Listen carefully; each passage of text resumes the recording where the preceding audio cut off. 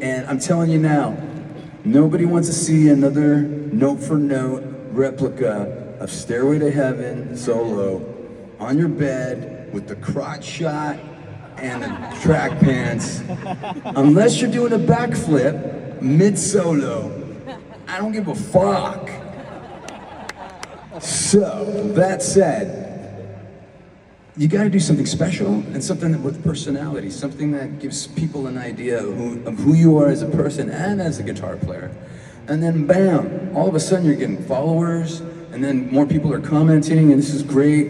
And you know, there's gonna be haters too because they think they're better, but they're not. Anyways, moving on to becoming a personality, and then you meet other personalities, and then there's so many things that are open to you as a player. And that's what we have to remember. I have to remember. I get up in the morning, I make my kids lunches, I take them to school, and when I get home into my studio and have to record a song, I go, what do I feel like today? Do I feel like this, or do I feel like this? Or like, what player am I today? And I realized this, I've been playing guitar for 50 years. I'm serious now. 1948 was a joke, but I've been playing guitar for 50 years. So, but it took me till a few years ago when I recorded a solo on a cover of a Pink Floyd song, and they asked me to be in the video. And I'm like, sure man, I'll be in the video. And they're like, oh man, we love the solo. And I'm like, yeah, it ended up being a good solo because I recorded the solo in my studio, and I sent the session to the producer. I said, hey man, I think I could beat that solo, but I don't have time, I'll beat it next week. And beat it means like I think I could do better. So then I opened up the session the following week, and I realized myself, listening to what I did a week ago, I couldn't beat it. So I called him and I said, dude, that's the solo, I don't think I could beat it. And he said, I was wondering what you were talking about, it's so good. And I thought, okay, then it's not just me, it's everybody. That's cool. The artist called me and said, I can't believe the solo you lay down in my song, thank you so much. Not my song, but my recording of that song. And then they asked me to be in the video, and I couldn't even mime my own solo. And that's what made me realize that as an artist, as a guitar player, as an instrumentalist, and this is only 6 strings, but every day I'm a different player. I couldn't get the timing right.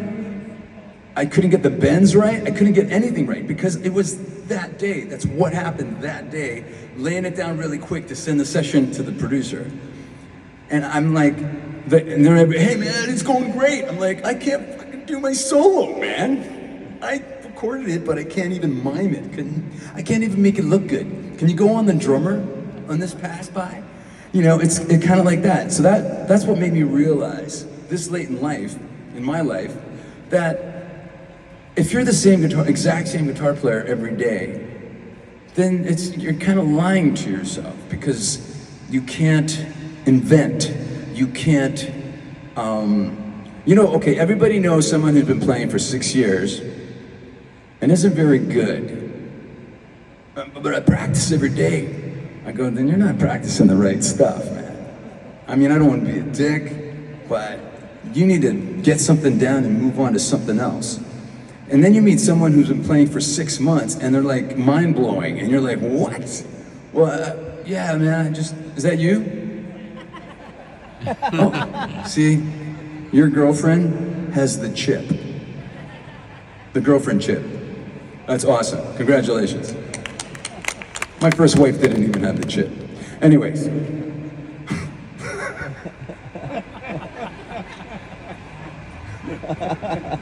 Woo! All right.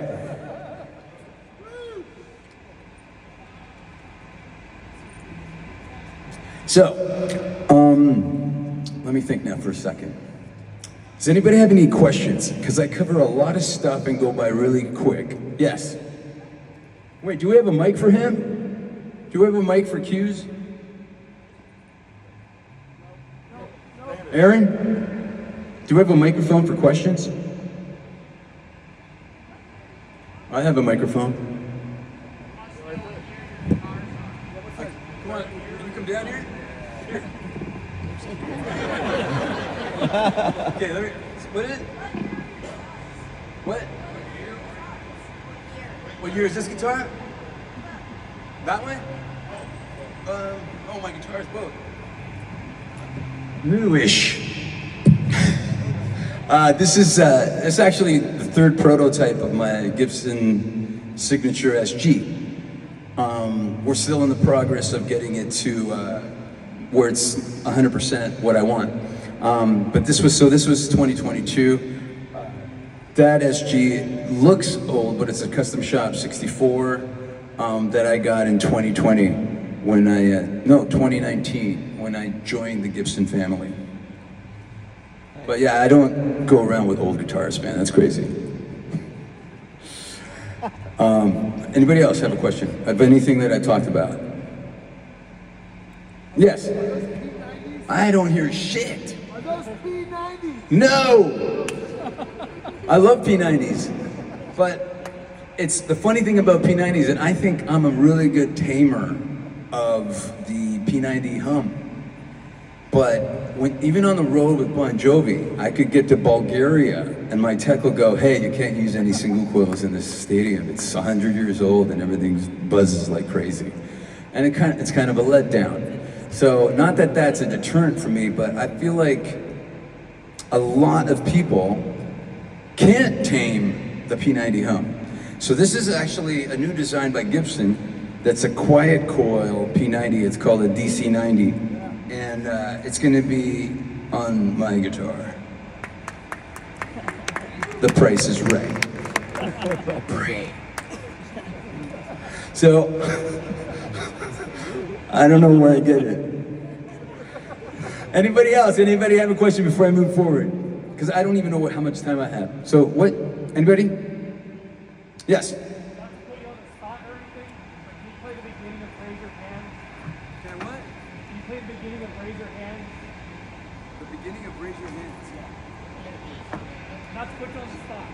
Oh, the beginning, the Bon Jovi song. Raise your hands. I got a story about this. I think I was doing my second gig with Bon Jovi. And I'm like, I want to make it super tight. I'm listening to Tico, and I'm making it super tight. And that's not the way it's supposed to be. And how I found out was after the show, John just walked up to me with a big smile. And he goes, raise your hands. It's got to be greasier. And I thought, okay, got it. So where I'm going, holy shit.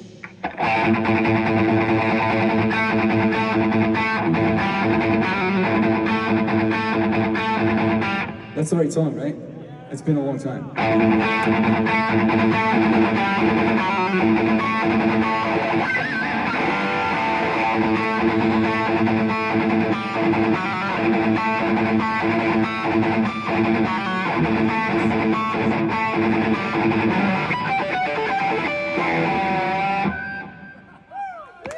don't know the twang bar, but yeah, I'd even been the neck on the show too. But that's another thing when you talk about being technical and people want to be accurate. And in that song, I was being too like a machine. So John was like, hey, can you make it a little greasier, meaning it just needs to be a little flowy and sloppy almost. But not sloppy, just a little greasy. Like that. Okay, and wait, you guys, sounds like you got requests. Hey man, can you play Beat It?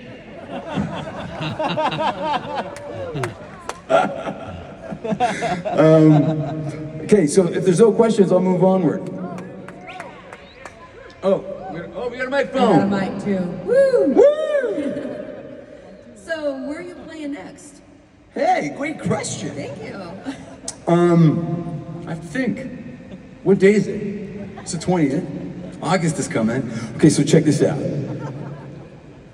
I'm gonna be in Sweetwater and doing a master class like this, but with my band at the Drills on Gear Week, which is August 9th. And then the next day, my band's jumping in a van with the gear and going to Illinois, Springfield, Illinois, to open for Motley Crue at the State Fair, baby. And this is me. I'm like, what? Really? That's awesome.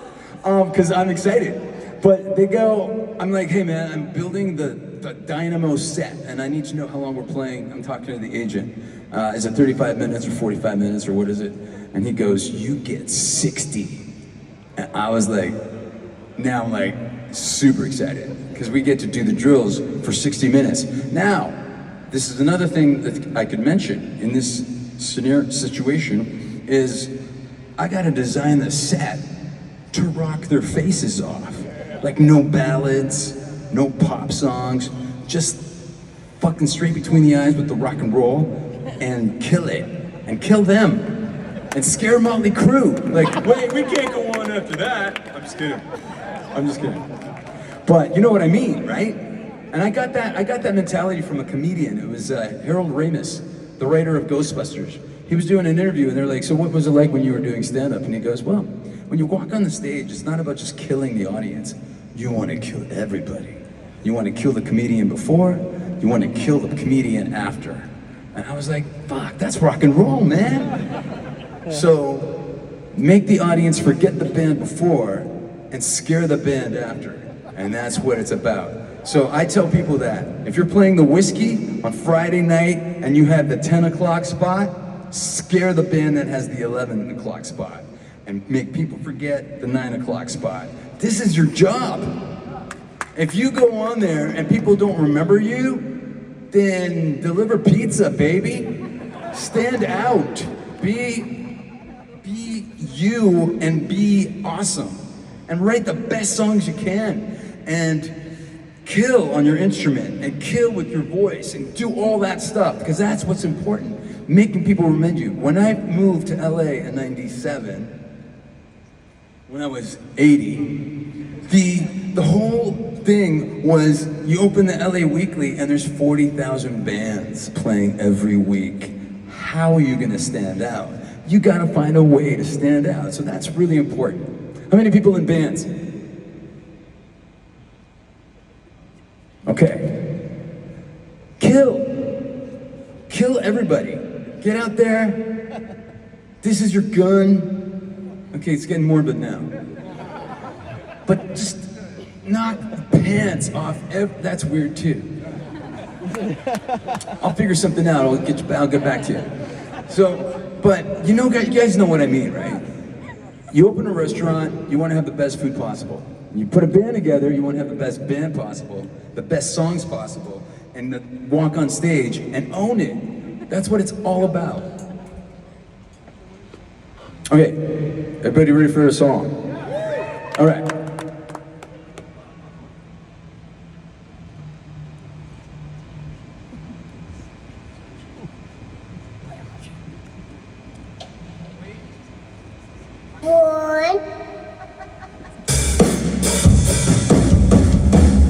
I'm doing a check here.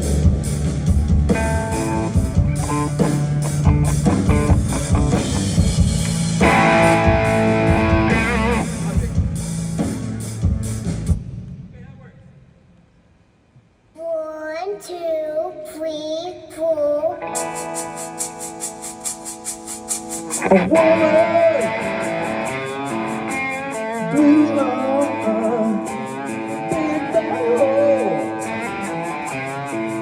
in my head with a small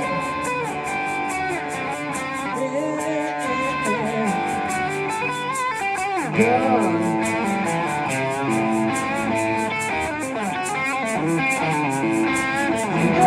Oh, shit, wrong. Started war.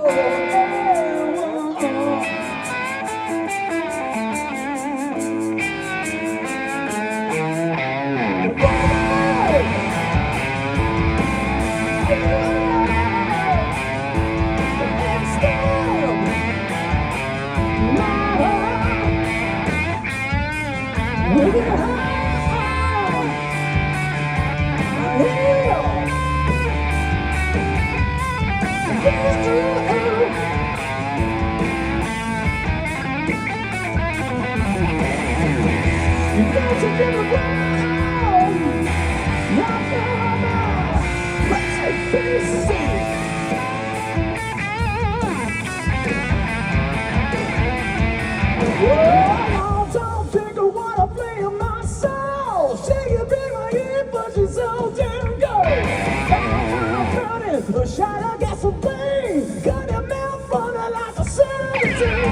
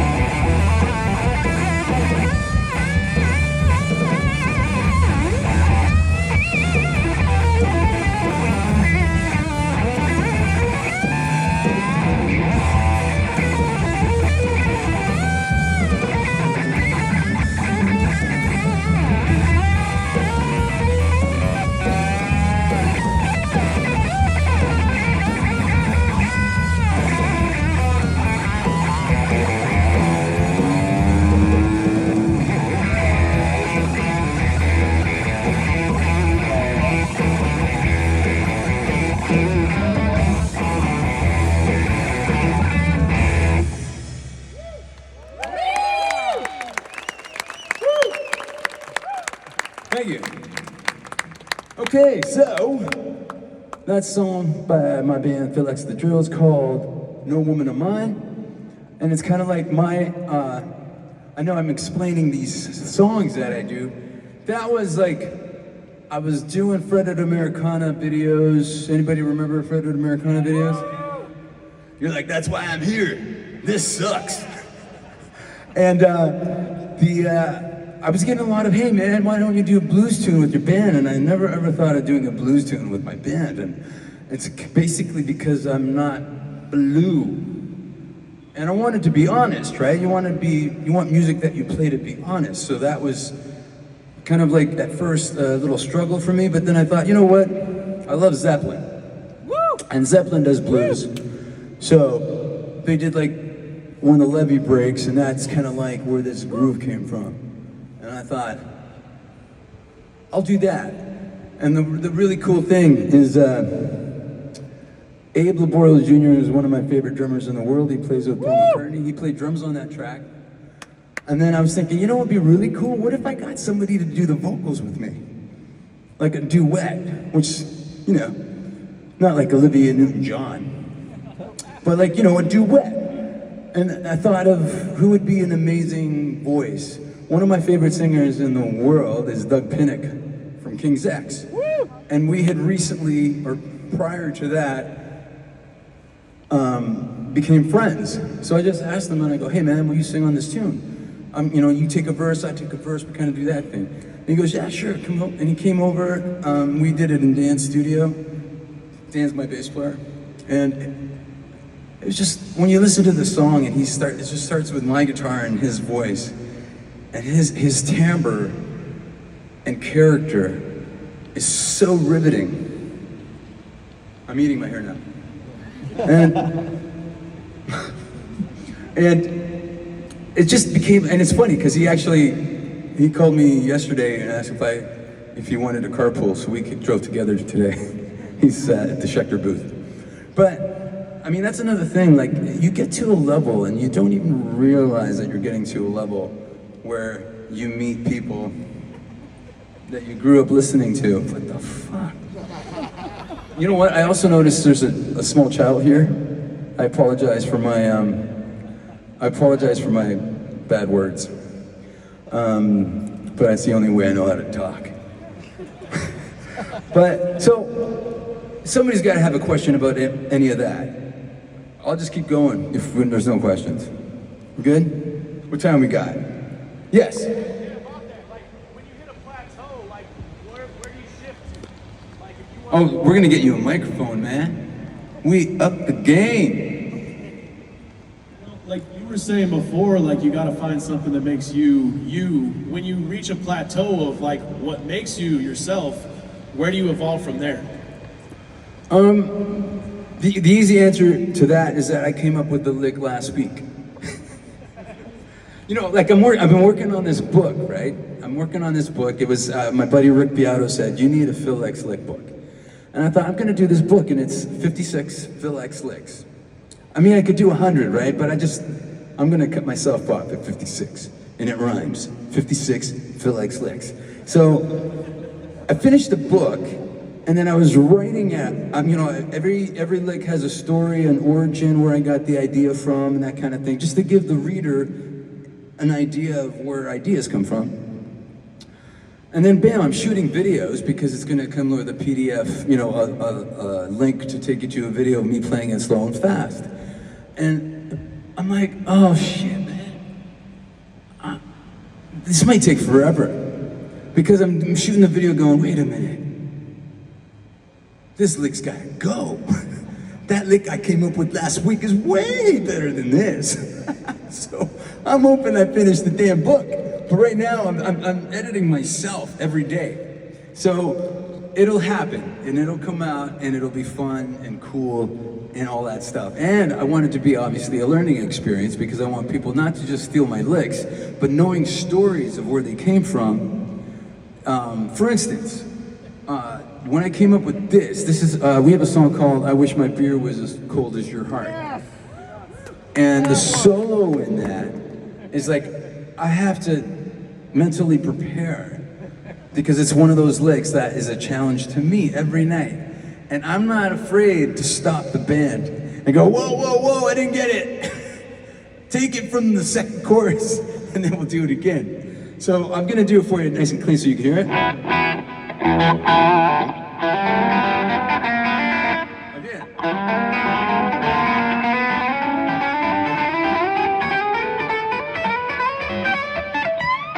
That kind of thing. So that, like, how do you come up with that, right? But what I did was I was jamming with a banjo player up in Canada and somewhere before a show, and I was noticing these things that he could do with open strings, and that added dissonance and two notes ringing out. And then the way my brain works is, holy shit, why don't I have three notes ring out? And that's where you get that.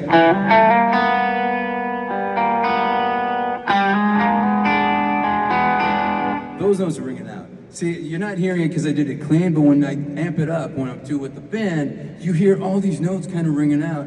And that became a staple of my sound. And that's where I give you the origin is where I want people to go, wait a minute. I thought of something like that, but it was more like this.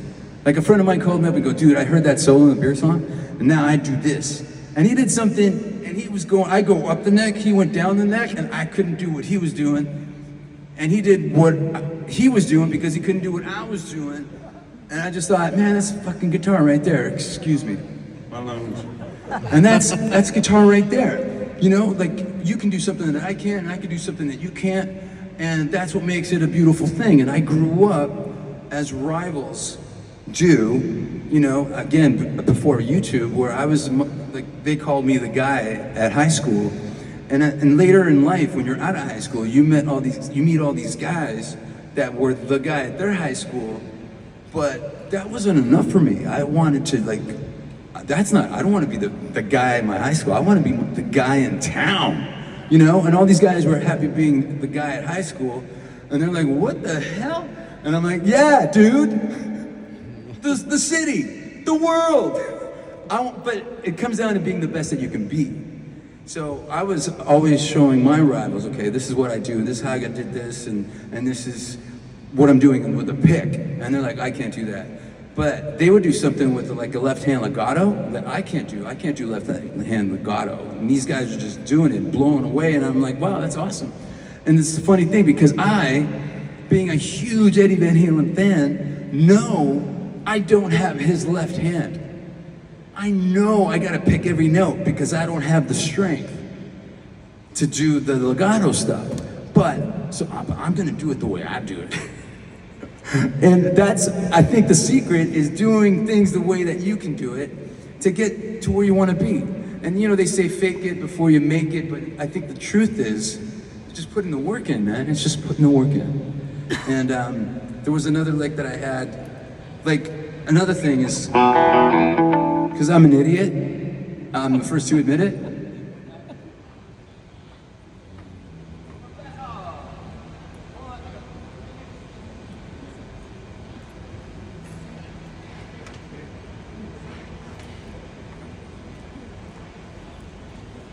I got pie. Anybody want pie? Nobody laughed. Oh, come on, man. Anybody have a slide on them? Yes, I do. Yeah, I can't do it. I know, I'm gonna do it without the slide. I have one. I have one. You got a slide? Yeah. Can I borrow it? Yeah. If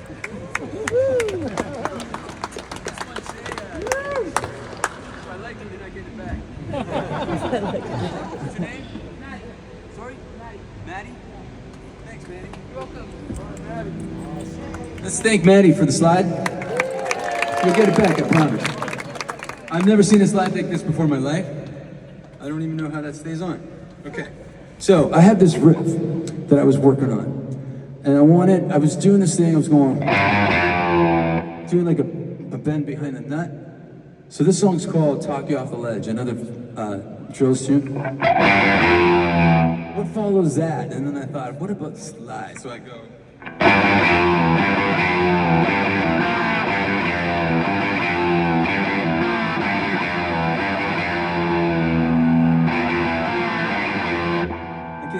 I can't keep this on, but that's kind of what it's like.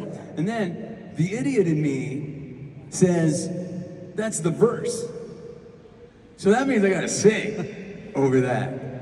So what happens is this. Let me see if I can fucking do this. If I fight the slide, I'm gonna stop using it.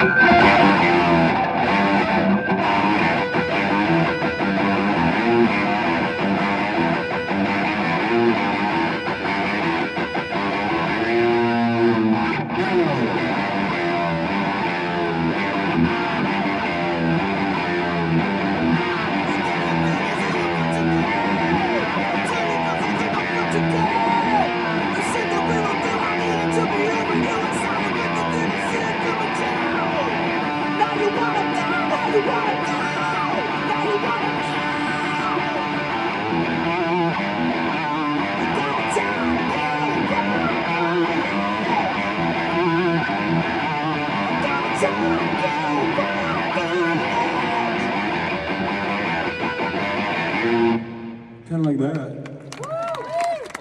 Thanks, Maddie. I'm done. I can't use this.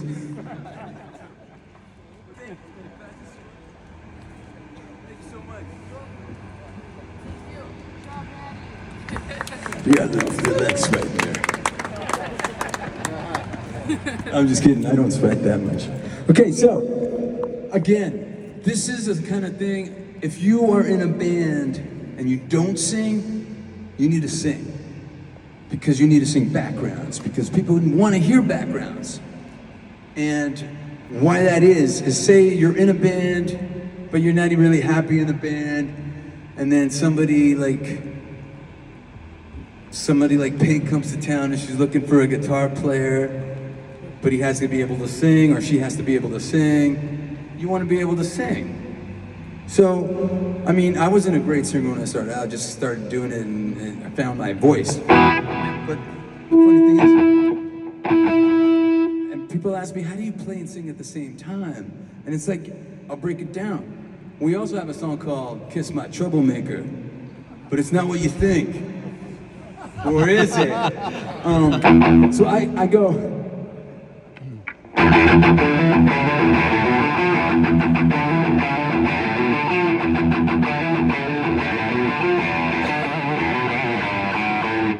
And I'm like, that's the verse.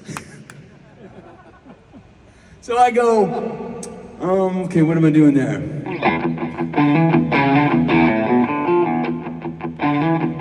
So I slow it down, way down there.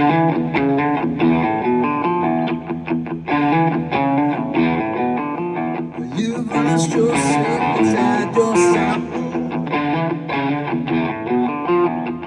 You're stuck. Okay, stuck is on this note.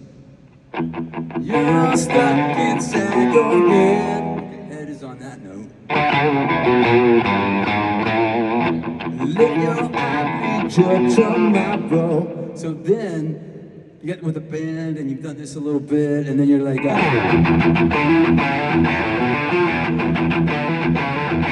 You're stuck inside your head. Let your eye be your tomorrow. Get that garbage from your bed. So all of a sudden, it's not perfect, but if I work on it a little more, it'll be perfect, kind of thing. So this is the kind of thing where, I mean, I have the range.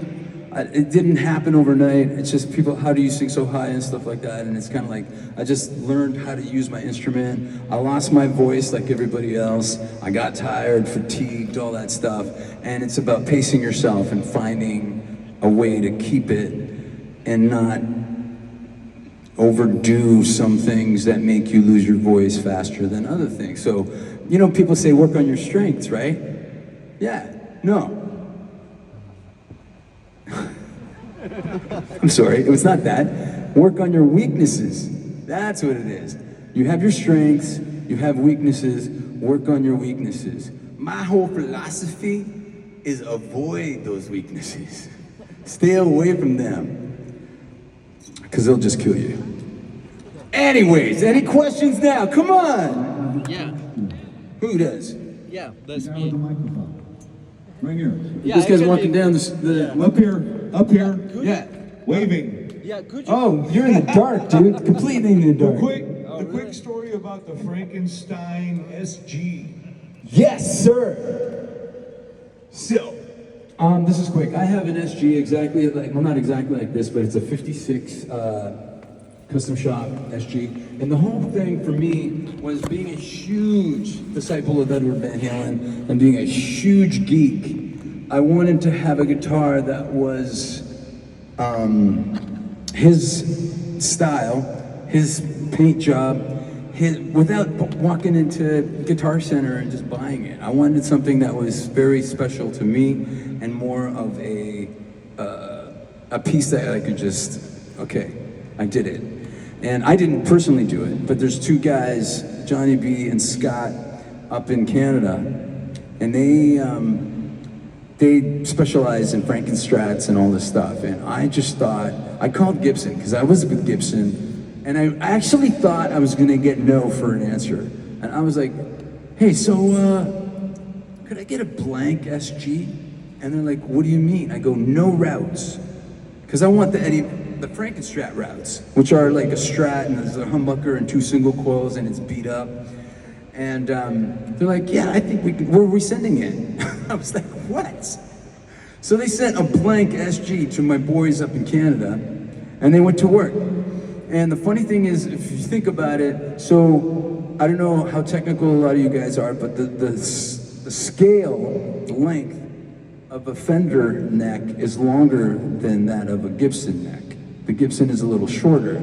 So if you have a shorter neck, you also have to take the routes for the pickups, and you have to compress them a little bit to compensate. So they did the routes with the compensating and painted the hell out of it and got so accurate, it was crazy. And then I actually had a really cool Eddie Van Halen humbucker in it, and then I wanted to give it a Phil X touch, so I put a Dog Ear P90 in it. And now it's just, for me, it's a very, you know, Ed had passed, and it was devastating, and just wanted to have something in my life that wasn't store-bought and wasn't just put together and painted. Like, I love SGs, so it just seemed like the right thing to do. And somebody came running down here with a book. Oh yeah. And then yeah. you ran back up. What do you got? There is no mic. Yeah. So Is that a gift? No. Yeah. So could you please? What's that? Could you please give us like 3 main things? For example, it can be like vibrato, bands, or technique, or intonation, or synchronization. Like something that the main for you, for guitar player. Like 3 things. Like band or bending, vibrato, synchronization, or like the timing. What the main? Yeah. 3 things. Yeah. Only 3 I'm just gonna things. say Like what the first? everything you said. Yes. I don't but think like, it's 3 things, man. I really don't. I think it's But like everything's important. Like if you watch a guitar player, yeah. I watch a lot of guitar players. So if I watch a guitar player, I'm like, yeah, I don't like the vibrato. You know? Next. Oh, the note choice. Next. Yeah. There's a guy that is one of the most astounding guitar players today. He's incredible. The skill is unbelievable. I don't think it's dangerous. I want danger in guitar playing. You know, I wanted to, oh, he totally put the evil note in the right place. I want danger. I don't want polite. I don't want, wow, he's playing guitar and he's blowing my mind, but I'm like, he's like, give me a bouquet of flowers. That's not rock and roll, man. I want danger. So I'm gonna say the one thing that's really important is danger. Okay. All right, yeah. Okay. You're like, that's not what I wanted at all. Yeah. Too Thank fucking you. bad. Yeah, I apologize for that. Thanks. I think my time's up. Is my time up? 3 hours? 3 minutes? Okay, one more question, and then I'm gonna wrap it up. And I wanna thank everybody for coming today. And I'm gonna walk around and check out the show a little bit. If you wanna come and get a picture or anything like that, we can do that. Or I don't even know if we do this. Like if you guys want something signed, I'll sign it. You know, your elbow. What? Woo! You didn't know I was looking.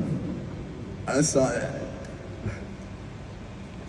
And any questions before I go? Yes. Hey brother, thanks so much. That was fantastic. Really appreciate you. No problem, man. Thank you. Yeah, what can you share about what it takes to be a great session guitarist? My guitarist is right up there. Yeah, he's filming me. Everett Talhosen, we met at the Musicians Institute. Oh, wow. He's fantastic. I've got him on 10 of our tracks. Ruled by Light is the name of the band. Ruled by Light. Absolutely. Awesome. Yes. What advice would you give to Tal over there about what it takes to be a phenomenal session guitarist? Okay, so that's a good question. I'm going to do that in 2.5 minutes. I think what's really important is, again, standing out. Because being a great guitar player isn't really enough anymore. It's like you have to kind of, sometimes you have to have, even though you're not getting songwriting, you have to look at it as a songwriter. Any song that somebody hands you, the king is the vocal. The king is the vocal. The vocal is when you want to complement it in the verse and then build into the pre-chorus, and then when you get to the chorus, that's when you explode. That's the climax. That's when everything comes out.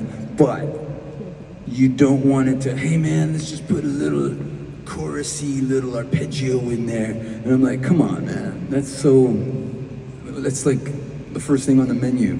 You gotta dig deeper. This is what happened to me. Because I'm a songwriter. So I look at songs, even if I don't write the song, I look at it as a song that maybe I wrote. And then I can really dig into the scape the scope of the scape. So it's basically me. I'm singing the song and I go, what does it need? What does it need? And this is what happened. I would come in to the first time with a producer, and the producer would go, okay, so I want big guitars in the chorus and a little jangly arpeggio thing, and I'll come back when you're done kind of thing. And then I did that, but then the second time, on the second song, so the engineer's like, okay, let's do that jangly thing. And I'm like, I'm not doing a jangly thing this time. I gotta do something else. Let's do a counter melody, and I'm using this tuning, and I'm gonna use this sound, and then we do it. And the engineer was like, what the hell was that? I'm like, I don't know, man. Let's push the boundaries a little bit. Let's get something done. Let's get it. Why do we make every song sound the same? Let's give it a little more character. He's singing about this lyric. Why don't we take it to that, something that ingrains that lyric into the listener? And he's like, I don't even know what you're saying, but I like it. And then the third song happened, and I did something completely different. And I'm actually talking about the first Daughtry record. So I did all the guitars on the first Daughtry record. Woo. And from song to song to song to song, but when you get to song number 9, you can't run out of ideas. You gotta keep going, we're rolling. What are we doing now? And then I'm gonna do this, and then I'm gonna do that. And then the producer comes in after a while and just goes, we gotta talk about what's going on. I'm like, I thought I was in trouble. And he goes, you're totally killing it, dude. Like, I feel like I've never been a call-in producer, like call it in. But when I know you're there, I can just say, let Phil do what he wants to do, and I'll come by at 6 o'clock. And that's what ended up happening. And it became a calling card. I got the freedom to do what I wanted. And then people were like, get the guy who did the Daughtry record.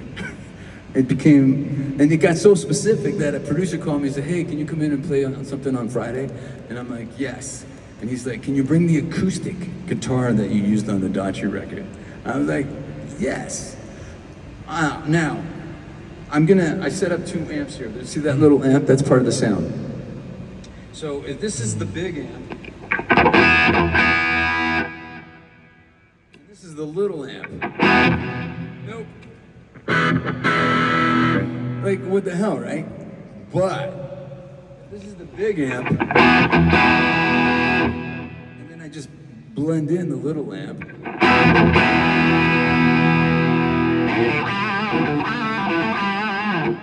It kind of like every 412 cabinet, and when I go into the studio, I always take the little amp.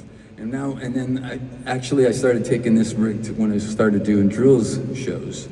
And what happens is every 412 cabinet, because of the boxiness of it, sometimes it sounds boxy. So there's always like a mid-range that's kind of missing. So what the little amp does, no matter, even if it's this quiet, it kind of fills that gap. And then it just sounds like a bigger guitar. And that's a studio thing, and it became a live thing for me. Like, I'd be okay with a sound guy that came with the room. You know, like, he knows the room, and I just gotta give him my guitar sound, and he'll just make it sound great, because I know it sounds great. So, and I play him big amp, he goes, wow, that sounds really good. And then I play him the little amp, he's like, what are you doing with that? But when I play them together, he goes, holy shit, that sounds amazing, this is great. And in a 3-piece band like mine, the bigger the guitar sound, the better the band sounds, the better the songs sound. And that's really important too. I noticed that if I go to somewhere and with my band and somebody doesn't at least latch on to one song, I know the sound sucked. Because there's gotta be one good song out of 10, right? Okay, did that session thing work? That was good? You got it? All? I want to copy that video. $10.99. Okay, so guys, I want to thank you guys for coming out. Enjoy yourself at the show. Maybe we'll see you next year. It looks like this whole annual thing is going to be killer. Thank you for the slide. Gabby, Abby, Maddie.